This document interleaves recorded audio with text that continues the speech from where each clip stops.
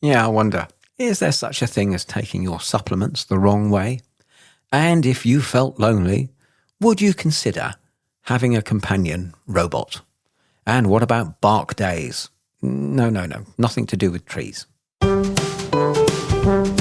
Hello everybody and welcome to This Upbeat Life, the show where we take a light-hearted look at life and go on a journey to find out how people stay physically and mentally happy. I'm Simon JJ Green and I'll be interviewing ordinary, bog-standard people as well as looking at the latest in wellness, health science, nature and the quirkier side of the health and wellbeing industry. Now, let's get cracking with today's episode. G'day all you lovely people. I hope you're all in fine fettle and welcome to episode 22 of This Upbeat Life. Actually, what is a fettle? Okay, I've just looked it up and apparently it's Old English for a belt or a girdle. By the 18th century, fettle became a recognised noun for a state or condition and hence the saying that we've got today. But that has got absolutely nothing with today's awesome show. No, today we are going to be looking at supplements. We're going to be looking at the rise of social robots, and the best for last, we're going to be looking at birthdays for dogs.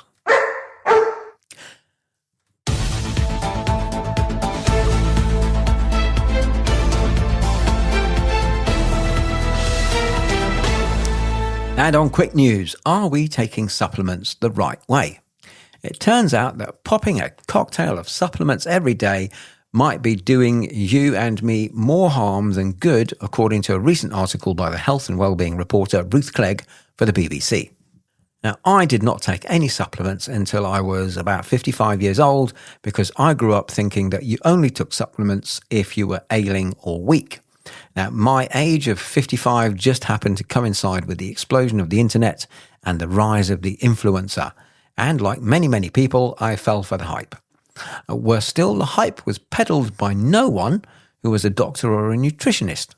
These are the people, the influencers, who said that after the age of 50, it's all downhill. Now, I'm going to spill the beans and tell you that I believed them.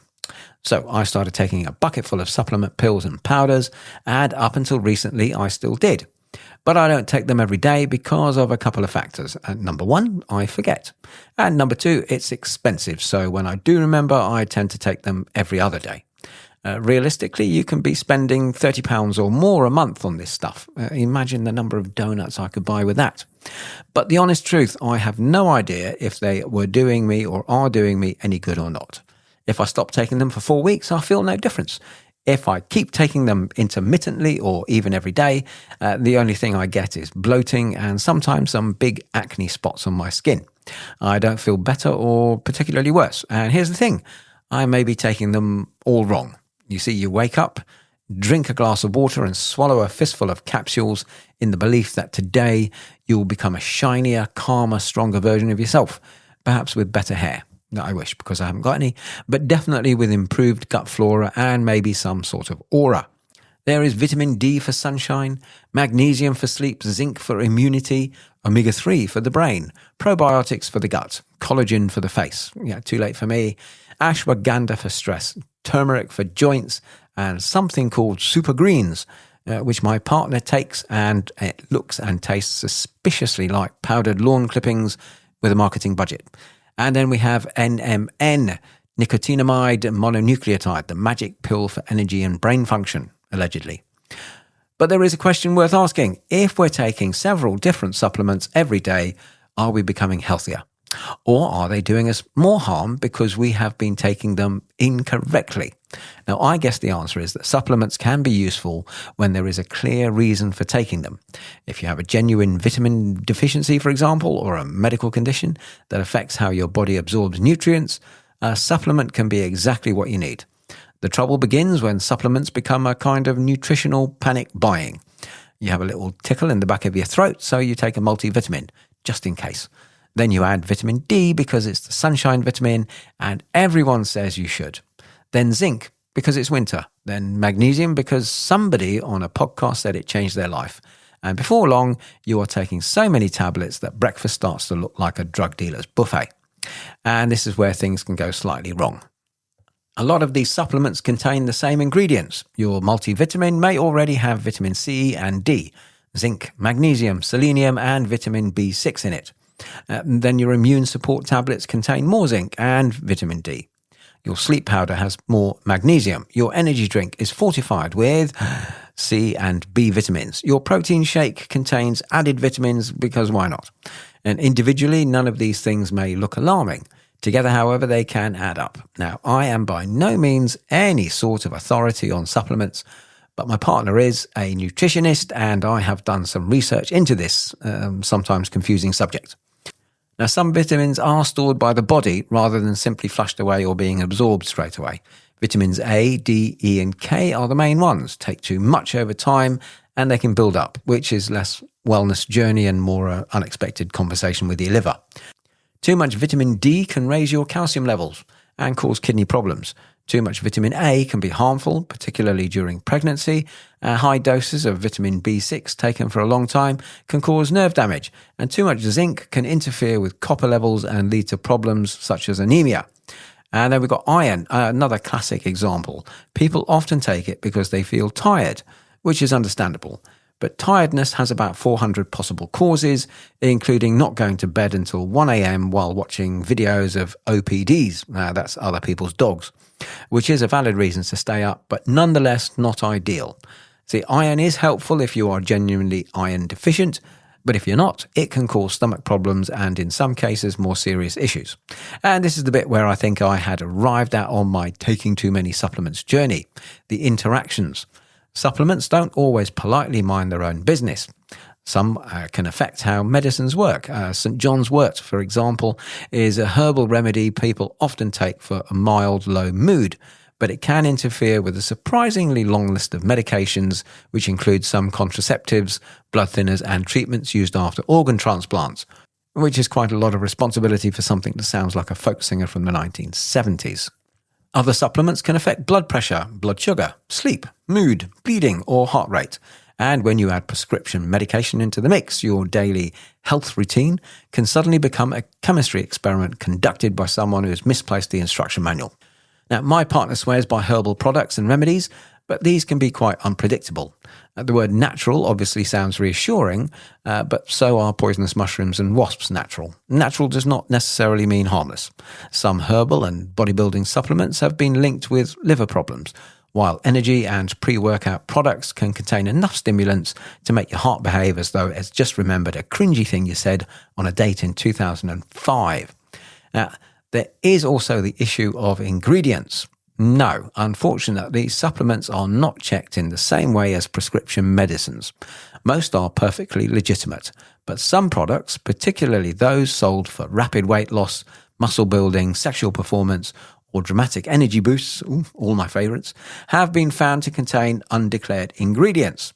In other words, you may think you're taking extreme herbal metabolism formula, but your body may be receiving something way more adventurous. And maybe the biggest danger is psychological.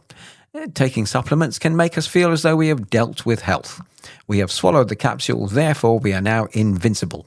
We can have that beige dinner, we can skip the walk, sleep badly, sit down for 11 hours and still feel smug because we took a probiotic shaped like a tiny bear.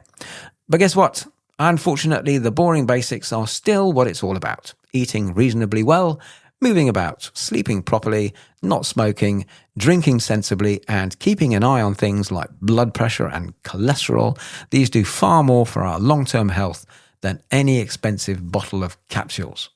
But that does not mean that we need to throw all our supplements in the bin, move to an ashram and start living entirely on lentils and regret. It simply means being a bit more selective and doing our homework. Now, if you take several supplements, maybe you should write them all down, just like I have. Every tablet, gummy, powder, drink, and herbal tea, and then check whether you are doubling up on some of the same vitamins and minerals. If you take regular medication, have kidney or liver problems, or are pregnant, or are due to have surgery, maybe it's worth asking a pharmacist, GP, or dietitian to look through the list. And remember, ChatGPT is none of those. Now, the ideal supplement routine is taking something because you need it, not because the label has a picture of a mountain, a leaf, or a person in yoga trousers looking suspiciously pleased with themselves. Now, personally, I have now ditched all my supplements and I am rebuilding my health through a consistent diet and more exercise, because the way I see it, a proper diet and active lifestyle should replace the need for most, if not all, supplements. The Mediterranean diet I'm on seems to help the most. Lots more fruit and veg, fish, olives, and lowering carbs like bread, and limiting myself to 1 glass of wine every couple of days, unless the World Cup is on, or the boxing.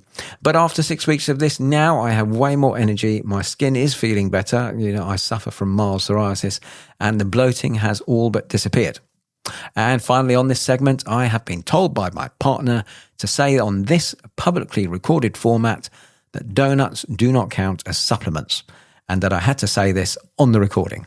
Phooey.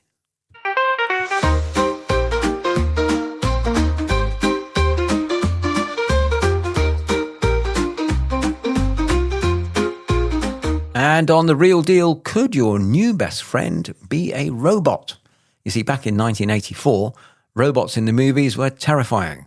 They were going to take over the world, overthrow humanity, and probably vaporize us with lasers before tea time. The films promised we'd all be hiding behind overturned cars while an army of chrome-plated machines stomped through the streets, crushing skulls and looking very cross. Fast forward to 2026, and the reality is just a little bit different. Instead of threatening mankind, the latest generation of robots is asking things like, have you had enough water today? Would you like to phone your daughter? Or, fancy a game of bingo? Now, it's fair to say that the robot uprising has taken a slightly unexpected turn. Scientists around the world are developing what's called social robots. These aren't designed to build cars or patrol warehouses. No, their job is much simpler. They're designed to be companions. Now, I know what you're thinking. Companion? You mean like R2-D2? Yes, sort of, except they can talk. These robots are unlikely to rescue you from an exploding Death Star, for example, and more likely to remind you that you've left your phone in the fridge, again, which I literally did last week. The idea might sound a little strange, but there is a serious reason behind it. Loneliness. It's something that affects millions of people, particularly older adults who may live alone or have fewer opportunities to socialize. But children can experience loneliness too, especially if they're isolated through illness, disability, or simply struggling to make friends. So researchers have started asking a fascinating question. Could a robot actually help? Well, one story that caught my eye comes from Germany. An elderly lady called Waltraud, spelt Waltraud, Waltraud spends time chatting with a social robot called Emma. Emma can recognize faces, remember previous conversations, and hold simple chats. She doesn't replace Waltraud's family or friends, but she gives her someone, or perhaps I should say something, to interact with during the day. It's a remarkable image, really, not because Emma is pretending to be human, but because she isn't. Everyone knows she's a machine, yet that doesn't stop the conversations feeling meaningful. And it turns out that Waltraud isn't alone. Studies from around the world suggest many older people genuinely enjoy interacting with social robots. Some even begin describing them as friends, sort of a one-up from an Alexa, though probably around £20,000 rather than 50 quid. One participant said the robot felt rather like having a granddaughter around. Mind you, I too would like a granddaughter who never raised the biscuit tin, always listens politely, and doesn't hold the cat upside down by the tail. Researchers have even found that these robots can help reduce feelings of loneliness, particularly in care homes where residents may spend long periods on their own. But more importantly, the robots aren't replacing human relationships just yet. No, they're filling the quiet gaps between them, sort of more like a friendly neighbour who's always got time for a chat and doesn't interrupt you halfway through your story with, have I told you about my double hip replacement? But it appears it's not all motherboards and HDMI ports. No. Some people become frustrated when the conversations become repetitive. Apparently, even artificial intelligence occasionally runs out of things to say, which, if you've ever been trapped next to someone at a wedding who only talks about their goldfish, is pleasingly human. That really interesting part, though, I think comes when we look at children. Social robots are increasingly appearing in schools, hospitals and homes, cleverly disguised as teddy bears. I had visions of the series Raised by Wolves with android foster robots called Mother and Father. It's a good program, actually. Online shops now boast a large range of robots aimed at kids. There is one called Luna on Amazon, Loona, and is described as a companion robot, voice-activated and AI-enabled. All yours for 350 quid. The reviews are mixed, though. Here's one. Very impressed with Luna. It's certainly won over the family. It can be pretty chaotic as it runs around and plays, which really adds to its cuteness and fun. Everyone has commented on how surprisingly alive it seems. And then there's this review. Don't waste your money. It's hit and miss with commands and not great at interaction. Returned it after a week with disappointing results. Overhyped product. So we no longer have the likes of the Tamagotchis, the digital pets from the mid-90s that traumatized a generation of children by dying if they forgot to digitally feed it. And now we've got interactive robot dogs, cats and humanoid-looking robots, and these are all the rage, all designed to do one thing: rise up, take over the world and enslave the human race. No. That will probably become later. Watch this space, though. No. They're designed to interact with kids and entertain them because parents are too busy scrolling through their phone and posting to Instagram or recording podcasts. But as cynical as I may be, some of these bots help children learn to read, some tell stories, and some encourage shy children to talk. Others are being used to support autistic children by providing calm, predictable interactions. And researchers found that after spending months with these little robots, some children became genuinely attached to them. Families often kept them long after the research projects had ended and the robots had become sort of part of the family. Imagine explaining that to your neighbours. Oh, we've got a new addition. Oh, congratulations. Boy or girl? Neither. More lithium-ion battery. Oh, can we see him? He's having a Wi-Fi firmware update. But if children spend lots of time with robots, could they become too attached? Could a robot ever replace real friendships? At the moment, most experts think that that's the direction we're heading. In fact, many researchers are quite clear. Robots work best alongside people, not instead of them. They're just another tool, a conversation starter, maybe a little bit of a company on a quiet afternoon. And these traits can be applied to older adults. A robot can encourage someone to phone the family. It can suggest a walk, play music, or remind someone to take their medication. It can even ask them how they're feeling. But what it can't do is replace the warmth of another human being. Perhaps the role of the social robot is not replacing people, but maybe helping people stay connected. Helping someone smile on an otherwise lonely Tuesday afternoon as they look out of the window of their care home. Maybe helping a child find confidence reading aloud, or helping an older person feel that someone is interested in how their day has been. Because sometimes companionship doesn't have to be perfect. Sometimes it's just got to be there. Who knows?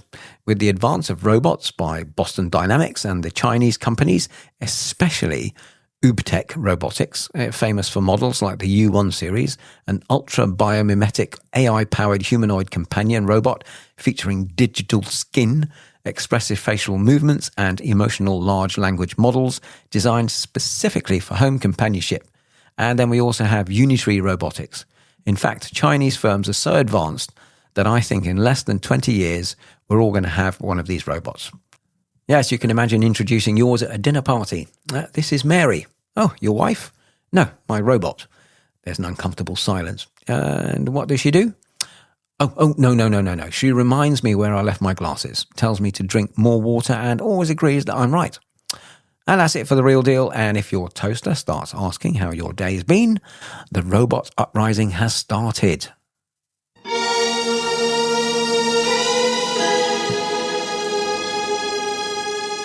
And on Far Out Stuff, a friend of mine called me up the other day and said that he'd just come back from one of the best birthday parties he'd ever been to.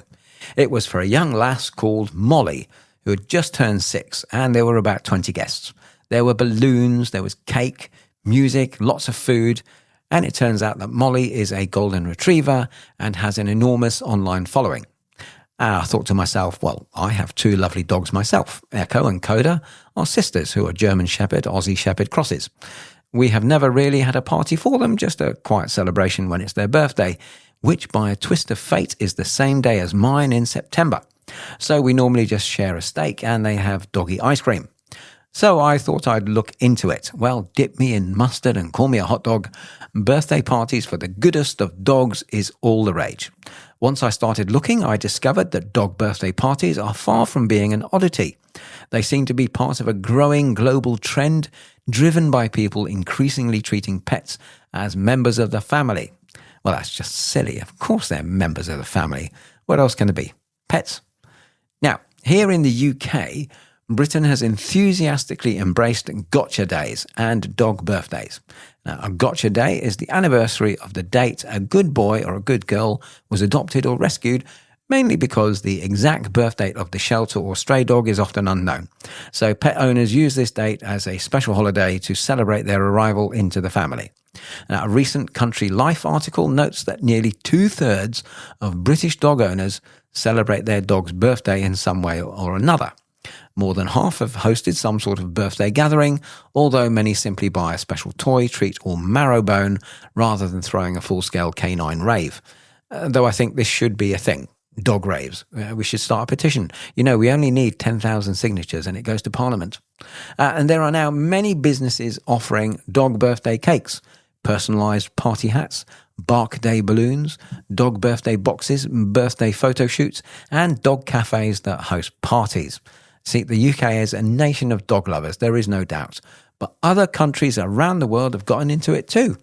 Just look at the sheer number of movies where the protagonist's best friend, his or her dog, gets killed, sad, and then they go all John Wick on people. Now, over in India, street dogs are generally treated very well, apart from Delhi, where they are seen as a bit of a problem. India's pet industry has exploded in recent years. The growing middle class increasingly refers to themselves as pet parents, spending money on premium food, grooming, clothing, birthday cakes and parties. That's for the dogs. Now, the Times of India recently described this as a booming prosper economy. Prosper, I guess they mean prosper. But India does take it one step further. Yes, there is an actual festival dedicated to celebrating dogs, which is observed in parts of India, primarily rooted in the famous Nepalese festival, Kukur Tihar. I don't know if I said that right, but that's what it sounds like. This is an annual national holiday and a widespread tradition in Nepal. It's also celebrated by communities in Indian regions with large Gorkha or Nepali populations, such as Sikkim, Darjeeling and Kalimpong, as well as by animal lovers across other parts of India. Now, this festival, Kukur Tihar, usually falls in October or November each year, coinciding with Diwali, the Hindu festival of lights. It marks the second day of a 5-day festival cycle. You see, in Hindu belief, dogs are viewed as the loyal messengers and guardians of Yama, the dog of death. Honouring them is said to help appease the god of death and clear the path to the afterlife. People place bright yellow marigold garlands called mala around the necks of our four-legged friends to show respect and dignity. They also put a red tika mark on the dog's forehead as a blessing, and both pet and stray dogs are treated to special foods like meat, milk, eggs and premium treats, as well they should.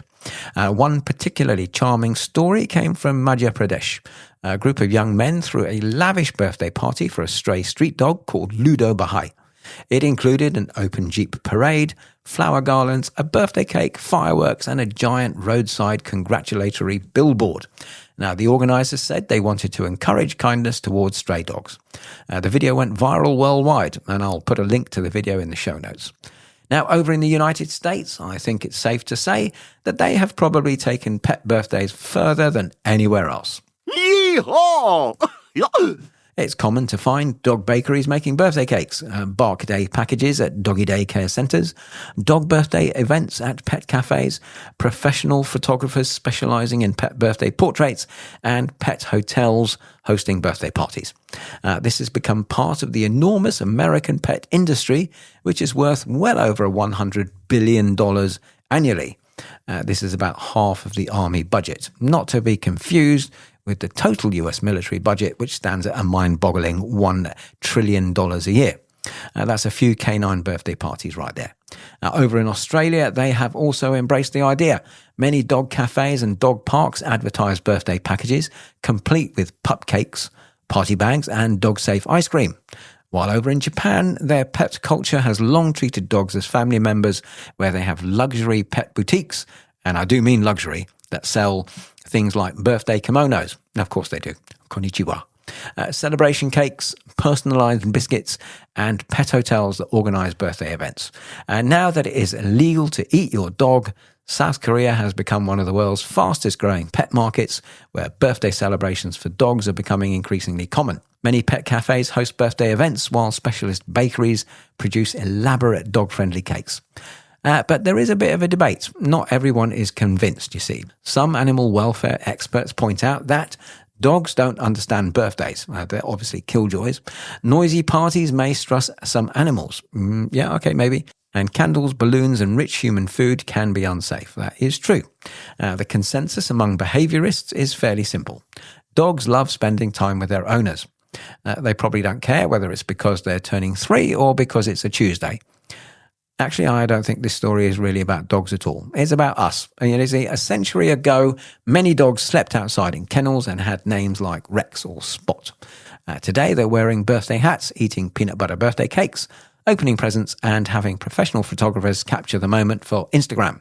It's another example of how pets have quietly moved from being household animals to full-blown family members. And sometimes, if social media is to be believed, with a better social calendar than their owners. Yes, that is true, actually. My dogs have a better social calendar than I do. Well, anyway, guys, that's it for today. Do you take a cocktail of supplements, or perhaps you have a robot companion? And I don't mean your wife or your husband. What about celebrating your dog's birthday? If you don't, you should. Drop me a line on my SpeakPipe message centre, link in the show notes, or email me at simonjjgreen@gmail.com and tell me all about it. And I'll read out some on the next show. Until then, toodle pip. And that's it for today. Thanks for listening, everybody. As always, I'd appreciate it if you could like, follow, and subscribe to my show, This Upbeat Life, so I know I'm on the right track. And even better, leave a review and share it with your friends. Until next time, remember, happiness is the best medicine. Cheerio.